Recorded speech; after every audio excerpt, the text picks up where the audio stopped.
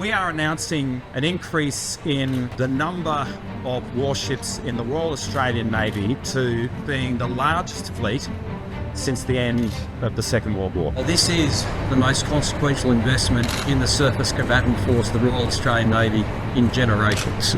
Australia is increasing its Navy capabilities, more than doubling the number of ships that form the surface combatant fleet. We'll see the already announced Hunter-class frigates, brand new general purpose frigates, and uncrewed drone ships beefing up our Navy fleet, plus long-range strike missiles like the Tomahawk cruise missiles will be deployed on our Hobart-class destroyers. This will be the largest surface combatant force we've operated in generations. It will also be, in time, the most lethal. But does Australia need such a large and lethal surface combatant fleet? How much will it cost, and who's going to build and then crew these ships? And with President Xi telling the PLA to be ready by 2027, are we going to be ready? Let's climb on board and take a look, because today we're talking tactics. The Royal Australian Navy has a range of capabilities, including boats and ships, submarines, and even aircraft and uncrewed systems. But the surface combatant fleet relates to specific vessels in the fleet, and that is what we're getting beefed up. Currently, part of this group, there are 10 vessels, 3 Hobart-class destroyers, the HMAS Hobart, the HMAS Brisbane, and the HMAS Sydney, and 7 Anzac-class frigates, the HMAS Ballarat, Parramatta, Perth, Stewart, Toowoomba, Warramunga, and Arunta. At the time of the announcement, there was another Anzac-class frigate, the HMAS Anzac, but that has since been decommissioned. The HMAS Arunta is also scheduled for decommissioning in 2026. So what is the Royal Australian Navy getting? The Enhanced Lethality Surface Combatant Fleet. On the 20th of February 2024, Defence Minister Richard Marles announced the Navy's Enhanced Lethality Surface Combatant Fleet. This came in response to needs arising from the 2023 Defence Strategic Review and recommendations from an independent analysis of the surface combatant fleet. The vessels announced to be part of the new surface combatant fleet are 6 Hunter-class frigates, a reduction from the original order of 9, 11 new general-purpose frigates to replace the Anzac-class frigates, 6 large optionally crewed surface vessels, LOSVs, and the 3 existing Hobart-class destroyers. In addition to the new vessels, it was announced that there would be the upgrades to the Hobart-class destroyers and the remaining Anzac-class frigates, increasing their long-range strike and maritime strike capabilities. The announcement also included minor war vessels, which saw the Arafura Offshore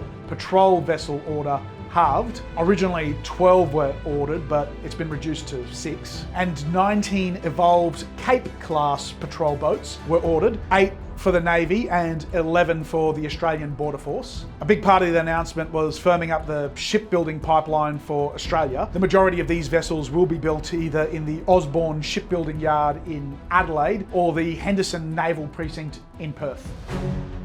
The Hunter-class frigates. The Hunter-class frigates are new vessels being built by BAE Systems Maritime Australia under Project C5000 Phase 1.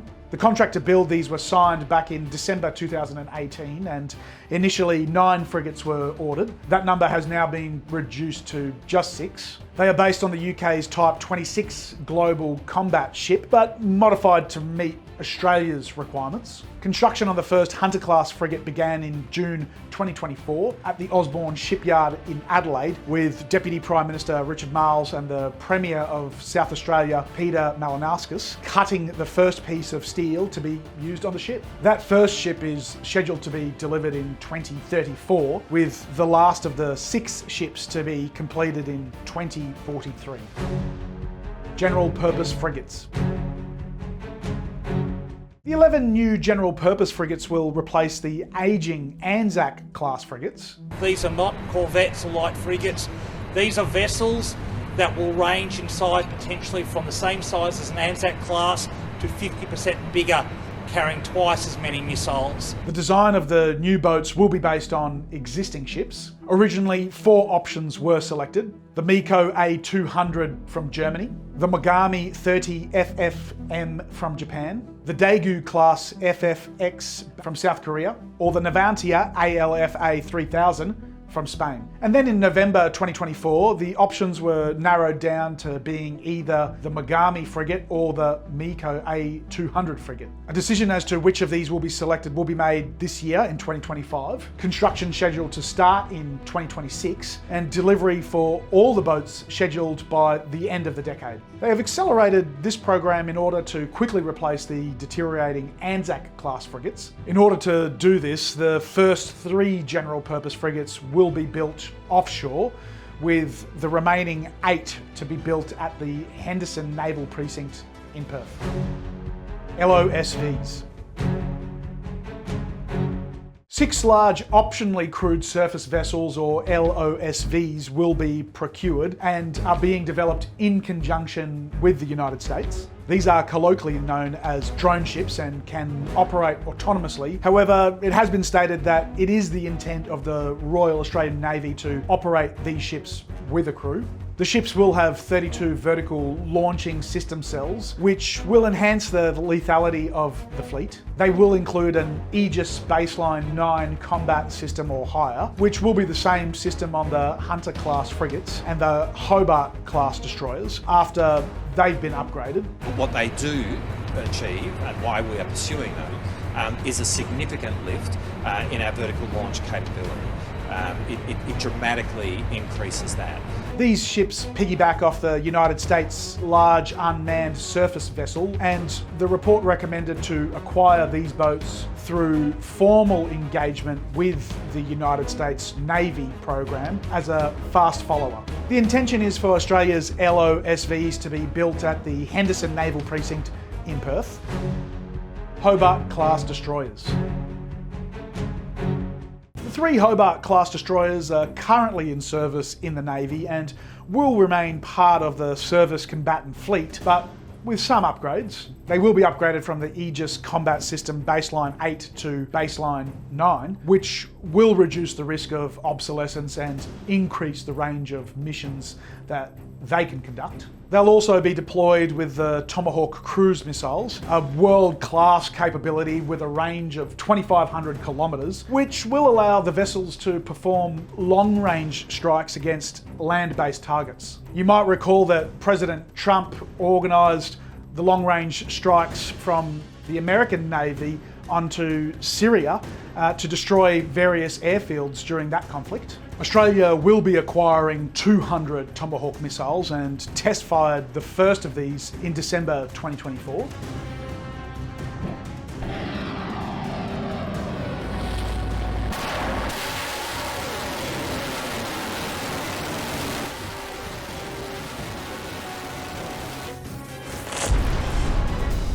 This made Australia the 3rd country in the world to acquire and fire a Tomahawk cruise missile, a tremendous achievement. The Tomahawks will be deployed on the 3 Hobart class destroyers and potentially the Hunter class frigates, subject to a feasibility study. The Tomahawks are supplied by Raytheon Technologies.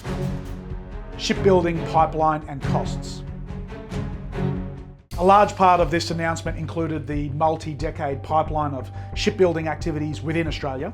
It is a significant challenge to make sure that we have the people that we need to engage in naval shipbuilding. We are investing heavily in trade training around building the workforce required to build our future submarines, to build our future surface fleet. The Osborne Naval Shipyard in Adelaide, South Australia will see the construction of the Hunter-class frigates, with the first having begun construction in 2024. Notably, this facility will also build the SSN AUKUS submarines, the Arafura Offshore Patrol Vessels, and will complete the life of type extension works for the Collins-class submarines. The last Hunter-class frigate is scheduled to be delivered in 2043, and following that, replacements for the Hobart-class destroyers will commence construction at Osborne. The Henderson Naval Precinct in Perth will also see continuous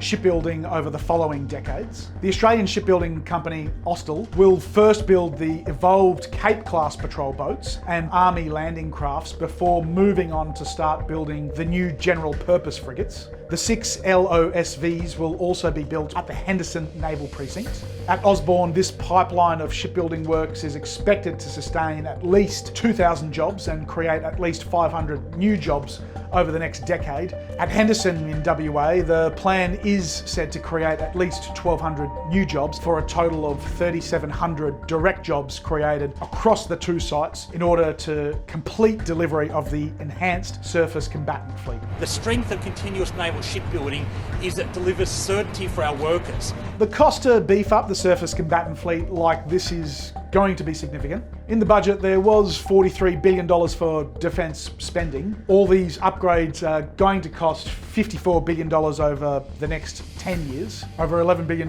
more than budgeted. Overall, we are taking defence spending over the course of the decade, over the course of what is in the budget, to 2.4% of GDP into the early 2030s. Who will crew these ships?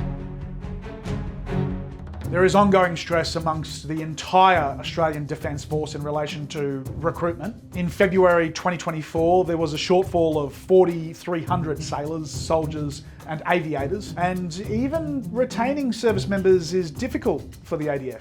The Navy itself was shown to be 6.5% or 881 personnel below requirements. So if the Navy is already almost 1,000 people short for the current fleet of vessels, how can they possibly crew a fleet that is more than double its current size?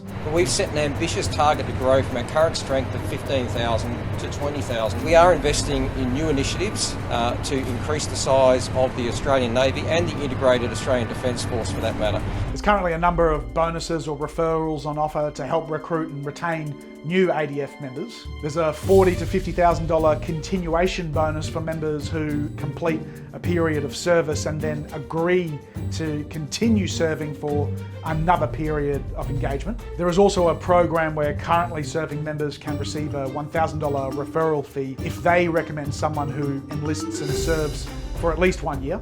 So if you're thinking of enlisting, use my code DEFENCEMEL when you sign up. I'm just kidding. So to any young Australians looking for an idea as to what they might like to do, I would offer that we are an employer that underwrites your cost of living and will pay you to go see the world, and now's a great time to be part of the Royal Australian Navy. Why is Australia increasing the Navy?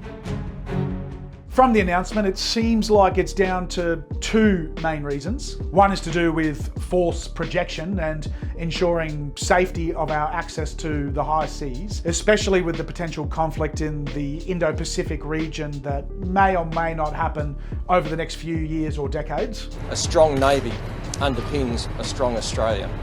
And against the backdrop of increasing geostrategic uncertainty, as described in the Defence Strategic Review, this is a consequential investment in national security.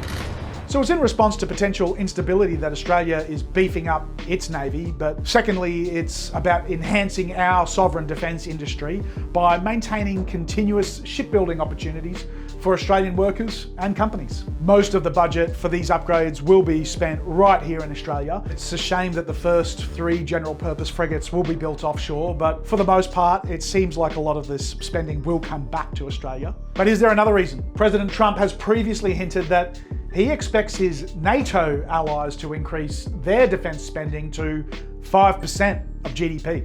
I'm also going to ask all NATO nations to increase defense spending to 5% of GDP, which is what it should have been years ago. Now, Australia isn't a NATO member, but we are an ally of the US, very staunch ally, and we have our own partnership with them, AUKUS. Could the increase in defence spending be in part about trying to show the new US president that Australia is pulling its weight in this partnership? And if so, will it be enough? Australian defence spending will be at 2.4% of GDP with all these upgrades, but should we be upping it to 5% as well? What do you think? Are you in favour of beefing up the Australian Navy's surface combatant fleet? Are the timeframes too long and you're worried about the number of ships in the fleet declining before these new ones are constructed, delivered, and deployed. With President Xi telling the People's Liberation Army to be ready by 2027, are we woefully unprepared for conflict in the Indo-Pacific? I'd love to know your thoughts in the comments section down below. If you notice the background of my studio, there is a bit of space for some props. Since I make videos about military topics, infrastructure spending, and city planning, I'm thinking of adding some models. Maybe ships or tanks or buses or bridges. If you're a model maker or know someone who is and you're keen to have your work displayed, reach out to my team so we can organise purchasing from you. The details for that are in the description down below.